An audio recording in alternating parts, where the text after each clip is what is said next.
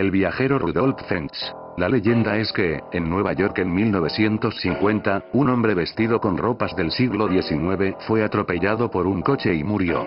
La investigación posterior reveló que el hombre había desaparecido sin dejar rastro en 1876. Los elementos en su posesión parecían revelar que el hombre había viajado en el tiempo desde 1876 hasta 1950 directamente. Nueva York. Nueva York en 1950. Una mañana a mediados de junio de 1950, alrededor de las 11:15 h. Sorprendió a los transeúntes de la ciudad de Nueva York un hombre de unos 30 años de edad, vestido con la moda de finales del siglo XIX.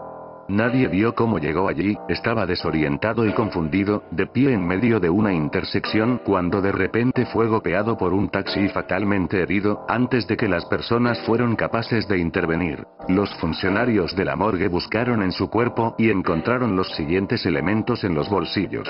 Un símbolo de cobre por valor de 5 centavos de dólar, que lleva el nombre de una berlina, que era desconocido, incluso a los antiguos pobladores de la zona. Un proyecto de ley para el cuidado de un caballo y el lavado de un carro, tirado por una caballeriza de Lexington Avenue, que no figuraba en ninguna libreta de direcciones. Alrededor de $70 de viejos billetes, las tarjetas de visita con el nombre de Rudolf Fentz y una dirección en la Quinta Avenida. Una carta enviada a esta dirección, en junio de 1876 en Filadelfia. Ninguno de estos objetos mostraba signos de envejecimiento. El capitán Hubert B. Ring del Departamento de Personas Desaparecidas de la Policía de Nueva York trató de utilizar esta información para identificar al hombre. Él encontró que la dirección de la Quinta Avenida era parte de un negocio, su actual propietario no sabía quién era Rudolf Fentz. El nombre de Fentz no fue incluido en la libreta de direcciones, sus huellas dactilares no fueron registrados en ningún lugar, y nadie había informado de su desaparición. Ring continuó la investigación y, finalmente, encontró un Rudolf Fentz Jr. en una guía telefónica de 1939. Ring se dirigió a los residentes del edificio de apartamentos en la dirección indicada, que recordaba a Fentz, y lo describieron como un hombre de unos 60 años que habían trabajado cerca. Después de su retiro, se trasladó a un lugar desconocido en 1940. El capitán Ring se puso en contacto con el lugar en donde Fentz trabajó, resultó ser un banco, y le dijeron que había muerto hacía ya 5 años, pero que su viuda todavía estaba viva y que se encontraba en Florida. Ring logró localizarla y se enteró de que el padre de su marido había desaparecido en 1876, a la edad de 29 años. Había dejado la casa para dar un paseo y nunca volvió. Todos los esfuerzos para localizarlo fueron en vano y no quedó rastro. El capitán Ring comprobó los archivos de personas desaparecidas de aquella época y encontró el nombre de Rudolf Fentz. La descripción de su aspecto, edad, y la ropa correspondía precisamente a la aparición del hombre no identificado muerto en Times Square, Nueva York. El caso fue marcado aún sin resolver. Temiendo que se celebrara mentalmente incompetente, nunca Ring tomó nota de los resultados de su investigación en los archivos oficiales. Quizás el caso más famoso sea el de John Titor. Este hombre comenzó a invadir Compost, un foro llamado Art Bell, de la IBM, entre el 2000 y 2001, asegurando nada menos, que era un hombre proveniente del futuro que había decidido pasar un tiempo en nuestra época luego de realizar una misión militar en el año 1975. El extraño personaje decía provenir del año 2036, tener 38 años de edad y ser norteamericano de nacimiento. En cuanto al propósito de su misión, indicó que tenía órdenes de viajar al año 1975 para recuperar un ordenador IBM 5100, importante para su época puesto que se esperaba una especie de efecto 2038, algo muy parecido al I2K que pudimos haber tenido en el año 2000. Pero eso no es todo. En su corta estadía en este siglo, John chateó con varios cibernautas, respondiendo, sin mayores reparos ni cuitas, las preguntas de millones de navegantes quienes, ávidos de curiosidad, le interrogaban sobre lo que iba a ocurrir en el futuro más cercano. Muchos son los aciertos que John tuvo con respecto a su visión del futuro. Las predicciones que se realizaron entre el 2000 y el 2001, año en el que este hombre se encontraba en nuestro tiempo, nos hablan de la guerra en Irak, y de cómo Estados Unidos usaría una excusa sobre armas de destrucción masiva para invadirla.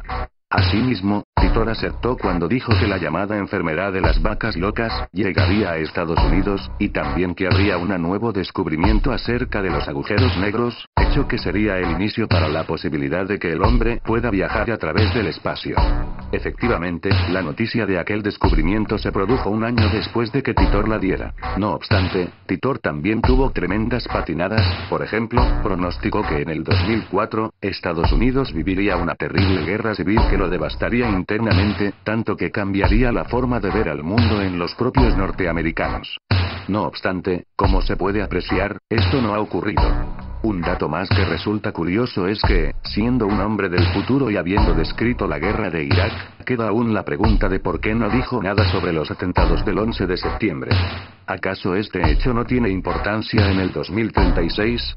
Pero cierto es que aún faltan muchas de las predicciones de Titor que faltan por cumplir, por ejemplo, y una de las más terroríficas es que este viajero aseguró que la Tercera Guerra Mundial ocurrirá en el 2015, lógicamente, no dijo nada acerca de entre qué países o los motivos por la cual se generaría, menos aún, quién la ganó. Asimismo, y como buen colofón, Titor habló también un poco sobre su tiempo, sobre el año 2036, señalando que la población padecerá de una terrible epidemia llamada CJD, que no es más que una variedad del síndrome de la vaca loca.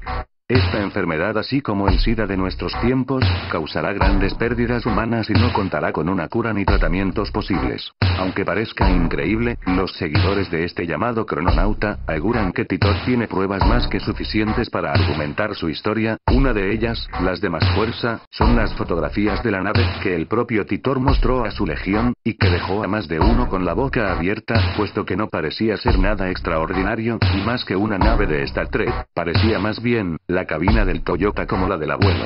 Además de las fotografías, muchos aseguran que los conocimientos de Titor sobre teorías como la de los mundos paralelos o espaciales que él comentó a sus seguidores, son muy poco conocidos como para que un extraño cualquiera las realice.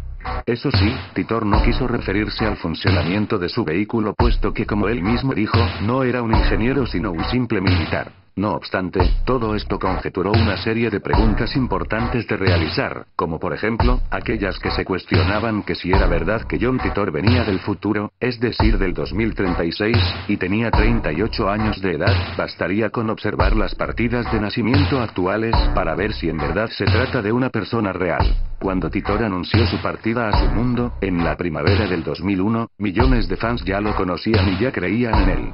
La visita del extraño personaje había dejado tras su paso infinidad de blogs, clubs, foros y páginas web en general que hablan de alguna u otra manera sobre su legado futurista y sus intenciones por cambiar nuestro poco halagüeño futuro. No obstante, y recordando las patas cortas que tiene toda mentira, un alemán llamado Johann Meyer declaró que toda aquella historia no era más que una burda mentira.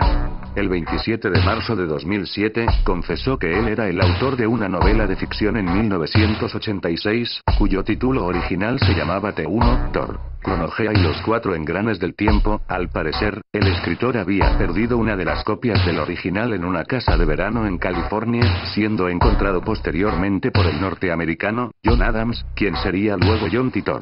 Aún así, aquellos que creen fervientemente en el visitante del futuro, aseguran que el supuesto redactor de la novela de ficción no tiene las suficientes pruebas para desacreditar a un hombre del futuro. Primero, porque el citado autor no publicó su obra, indica que solo contaba con 4 originales, y segundo, porque esperó tanto tiempo para decir que alguien lo había copiado. Por último, tenemos el más lógico de los casos de viajeros en el tiempo. Hasta ahora era extraño porque nadie aprovechaba haber venido del futuro y no aprovechar su conocimiento en esta era, pero hubo un hombre que así lo hizo. Investigadores federales arrestaron en 2003 a un enigmático personaje de Wall Street, acusándole de uso de información privilegiada, insider trading. Increíblemente, el detenido aseguró ser un viajero del tiempo del año 2256. Los investigadores declararon: "No podemos creernos su historia, o es un lunático o es un mentiroso patológico", dijo un responsable de la SEC, pero el hecho es que con una inversión inicial de $800 en 2 semanas, se hizo con una cartera valorada en $350 millones. Cada operación que realizó obtuvo increíbles beneficios, lo cual no puede ser debido simplemente a su buena suerte. Cuando Andrew Carlson completó una serie de 126 operaciones de alto riesgo, ganando mucho dinero con cada una de ellas, levantó las sospechas de los sistemas de vigilancia de Wall Street. El detenido afirma que ha viajado 200 años desde el futuro, donde es bien sabido que nuestra época experimentó unas de las épocas más tormentosas en los mercados. Cualquiera armando con conocimientos de ese tipo podría hacer una fortuna. El accionista del tiempo declaró. Fue muy difícil resistir la tentación, había planeado que pareciera natural, ya sabéis, ganando un poco, perdiendo de vez en cuando, pero me dejé llevar. Arrepentido por sus actos, se ofreció a divulgar algunos hechos históricos como la localización de Osama Bin Laden o la cura del SIDA. Lo único que pide es que le permitan volver al futuro en su máquina del tiempo. Sin embargo, se negó a explicar cómo funciona la máquina o dónde se encuentra, por miedo a que la tecnología caiga en malas manos.